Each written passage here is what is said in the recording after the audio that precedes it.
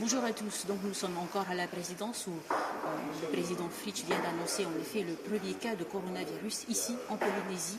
Il s'agirait de notre députée Maïna Sage. Elle serait revenue samedi 7 mars depuis la France. Elle s'est présentée lundi matin à un médecin avant de venir à Malardé pour subir des examens qui se sont révélés positifs hier soir. Elle est aujourd'hui confinée chez elle. Le gouvernement essaie de retracer aujourd'hui son parcours pour pouvoir essayer de trouver d'autres personnes qui pourraient avoir été en contact depuis Paris avec Maïna Sage. On confirme que nous passons donc en phase 1 avec un cas de coronavirus ici en Polynésie. Les personnes devraient donc être confinées, celles qui seraient en effet avérées positives avec le coronavirus. Le président rappelle qu'il ne faut pas céder à la panique puisque tout est en place pour justement prendre ces personnes en charge. Il faut évidemment éviter des déplacements en extérieur. Et il a aussi rappelé que pour dimanche aux élections, il faudrait faire attention, essayer de ne pas trop se regrouper, mais de venir tout de même voter. Nous attendons juste derrière nous le ministre de la Santé, M. Reynal, avec qui nous allons poser d'autres questions. Donc je le rappelle, premier cas de coronavirus confirmé, il s'agirait donc de Maïna Sage, qui a venu le week-end dernier depuis la France. Voilà, nous attendons juste, vous voyez juste derrière le ministre. Le président a rappelé qu'il ne fallait pas céder à la panique, mais qu'il fallait s'organiser, éviter tout regroupement pour l'instant. Et les personnes qui auraient voyagé avec Maïna sont aujourd'hui, ils tentent aujourd'hui de les identifier. Alors on va se rapprocher un peu, et puis dès que notre chaîne a fini, on posera des questions.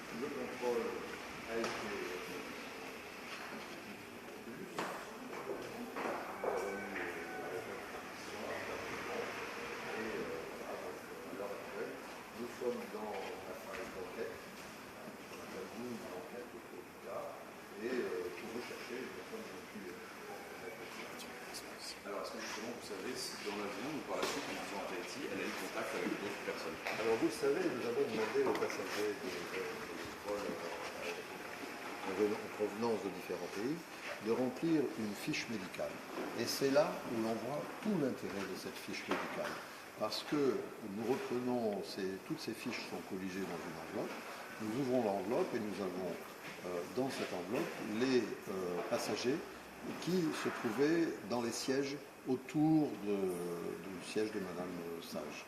Donc nous allons contacter ces personnes-là, bien évidemment, et essayer de voir si dans leur cas, le contact a été éventuellement pourrait être suspect, s'il pouvait être éventuellement contaminé ou non. Donc c'est toute une enquête. Nous mobilisons le bureau de veille sanitaire, mais pas que, des personnels de la santé, des personnels de différents ministères pour pouvoir nous permettre de réaliser ces enquêtes. Et lorsque nous aurons fait le tour de tout ce qui pourrait être autour de Madame Sage, à ce moment-là, nous verrons si ce virus a pu essaimer dans le territoire. Est-ce que vous nous confirmez qu'aujourd'hui, nous sommes mercredi, c'est le seul cas avéré en Polynésie? Est-ce qu'il y a des soupçons sur d'autres cas éventuellement? Oui, pour l'instant, c'est le seul cas, puisque c'est le seul résultat positif que nous ayons eu. D'autres éléments, d'autres prélèvements seront en cours, notamment pour une personne dont on sait qu'elle a été en contact avec Madame Sage, plus les personnes qui sont autour d'elle-même. Mais il faut attendre quelques jours, puisque si ce contact date de dimanche dernier, il faut attendre au moins jeudi ou vendredi pour pouvoir faire les prélèvements et être certain qu'on a la possibilité de trouver le virus s'il y est. Il y a toujours des rumeurs qui circulent sur les réseaux sociaux, vous le savez mieux que quiconque, et il y a aussi des hommes politiques. Ce matin, par exemple, Gaston Floss qui a annoncé qu'il y avait le cas d'un néo-zélandais qui aurait contracté la maladie, qui reprochait donc à Edouard Fritsch de ne pas l'annoncer. Est-ce que vous contestez cette affirmation? Oui, je la conteste tout à fait, d'autant plus que si M. Floss m'en avait parlé avant, je l'aurais dissuadé de jeter ces informations à type de rumeur. Seul le ministre de la Santé est à même, avec le président, et on l'a déjà dit, d'annoncer les cas. Nous serons transparents sur cette situation. Pourquoi? D'abord parce que la population a le droit d'être informée et nous sommes tout à fait en accord avec ça. Et d'autre part, pour pouvoir permettre à la population justement d'appliquer strictement les mesures que nous lui demandons d'appliquer, il faut qu'elle ait cette information. Alors justement, vous avez annoncé que vous étiez passé en stade 1. Qu'est-ce que c'est exactement concrètement pour la population? Le stade 1, en fait, c'est simplement, on augmente les recommandations, c'est-à-dire qu'on va essayer de contingenter un petit peu les rassemblements, c'est-à-dire inciter la population à éviter les grands rassemblements, inciter la population à appliquer le plus strictement possible les mesures préventives qui sont en particulier le lavage des mains, mais pas que, c'est-à-dire éviter de s'embrasser, sauf si on est en l'intérieur du foyer familial, mais éviter le plus que possible d'embrasser des personnes dont on ne sait pas ce qu'elles ont fait dans les jours qui précèdent, avec qui elles ont été en contact. Voilà, c'est des mesures simples, mais qui nécessitent d'être, je dirais, répétées, parce qu'ici, on a de l'empathie pour tout le monde. On aime bien montrer qu'on aime les gens. Et donc, dimanche, il y a les élections quand même. Est-ce que vous allez mettre du liquide aux entrées? Est-ce qu'il va y avoir des moyens de se nettoyer avant d'aller voter? En effet, un certain nombre de recommandations viennent d'être émises très récemment par le ministère de l'Intérieur métropolitain sur les conditions dans lesquelles peuvent se dérouler les élections. Vous savez, il était absolument hors de question de reporter ces élections, qui sont très importantes, et qui doivent se tenir à des dates fixes. Bien évidemment, donc, en partie, dans les recommandations qui sont faites, il y a d'éviter les rassemblements trop importants. Donc nous solliciterons la population à ce propos. Vous en saurez probablement un petit peu plus demain lors de la conférence lors du point presse, où nous serons peut-être plus précis. Également, évidemment, soit les solutés hydroalcooliques, soit du savon sera mis à disposition avec de l'eau. Nous venons de prendre ici au Conseil des ministres d'aujourd'hui un arrêté autorisant les pharmaciens à fabriquer eux-mêmes les solutions hydroalcooliques, puisque vous le savez, nous sommes un peu en manque du fait du contingentement en métropole, donc l'approvisionnement est difficile.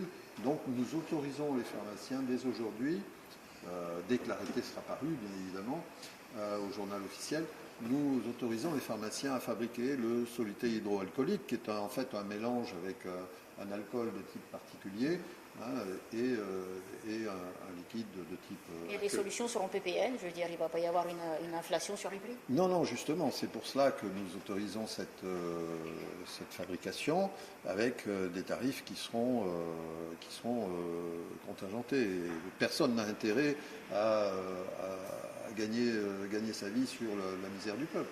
On reproche parfois aux autorités, mais aussi aux médias, à nous, d'en faire trop sur le coronavirus. Est-ce que c'est la bonne mesure actuellement? Est-ce que vous avez le sentiment qu'on a trop peur ou peut-être pas assez du coronavirus?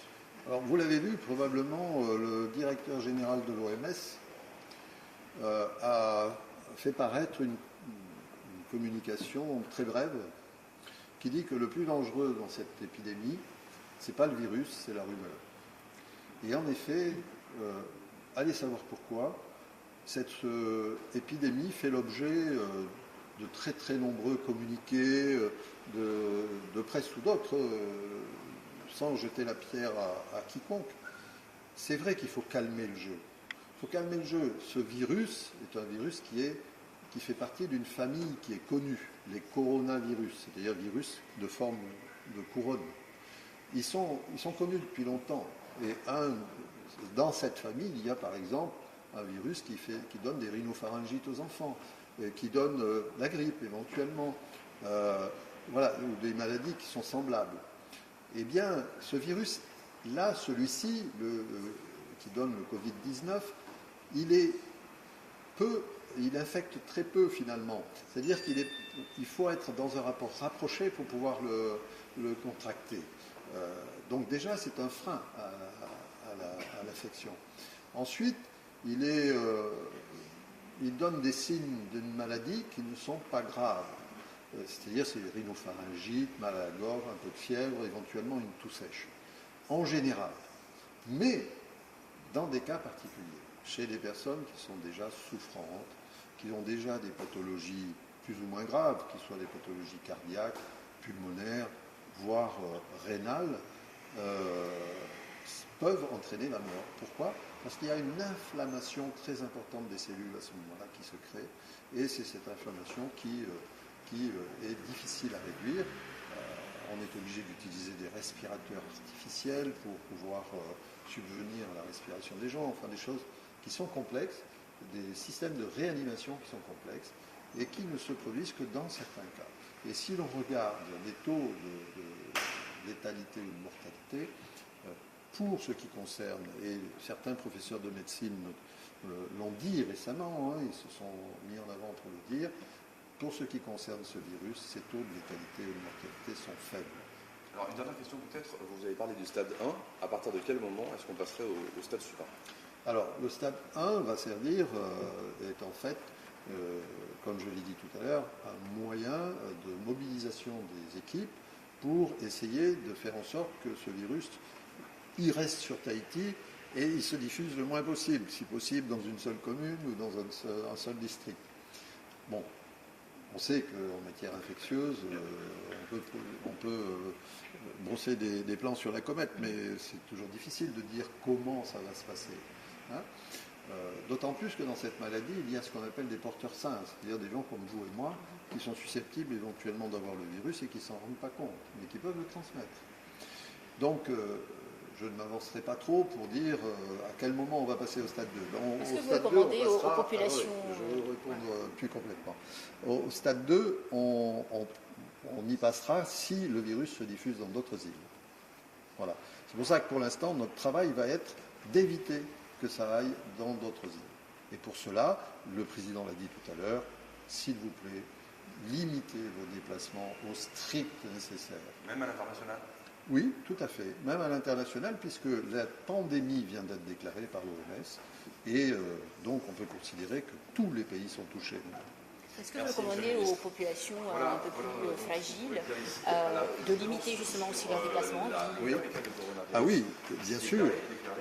Pour ce qui concerne les populations atteintes par l'insuffisance rénale, notamment les hémodialysés, pour les personnes qui sont déjà d'un âge avancé, comme moi, plus de 70 ans, pour les personnes qui ont du diabète, qui ont quelque chose qui fragilise l'organisme, bien sûr qu'on leur demande de limiter au strict nécessaire les contacts avec d'autres personnes qu'elles pourraient avoir. C'est une mesure sanitaire simple, mais qui peut permettre de sauver les gens. Ansel Palavani, est-ce que vous pouvez juste nous rappeler sur quel vol était Maïnassage pour que peut-être les populations vous contactent? C'est un vol de Air Tahiti Nui qui est arrivé samedi soir. Merci beaucoup, Monsieur le Ministre. Donc voilà, c'était l'intervention du ministre de la Santé, M.